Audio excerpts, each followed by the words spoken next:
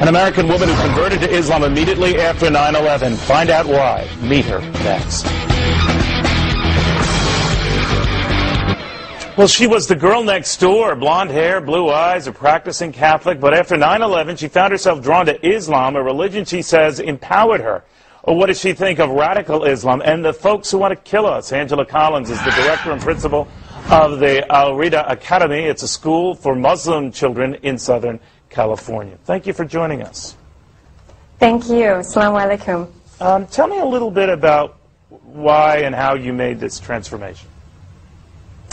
I traveled a lot abroad across the world. I went to India and through the Middle East and met Muslims everywhere. And the people that I met were so genuine and generous in their nature. And I wanted to learn a lot more about them. So I came back to the States, I met Muslims here, and they became my friends. And then 9/11 happened, and our entire country pointed their finger. They blamed Muslims, of course. And I had an opposite experience of knowing these people, so I spoke out against it. But then, of course, I'm challenged, and people want to know what Islam really teaches, and I didn't have that knowledge. So what I did is I picked up a Quran, and I started reading, of course thinking, here's a book that discriminates against women, does not give them their equal rights, is not fair and divided. But I found exactly the opposite after reading the direct source and the direct word of God. And after that, I took my Shahada and I converted to Islam. Do you think, Angela, that the fact we don't hear more protests from, let's say, normal, caring Muslims such as yourself, and from the Muslim community itself, about some of the outrageous comments from the more, I don't know, Islamo-fascist side of the aisle, that rightly gives Americans pause? I do blame ourselves for not being out in the media more. Definitely we need to get out there. However, when we do stand in protest, for instance in front of the federal building in Westwood, they turn off all the lights and we get a counter-protest on the other side and traffic builds up.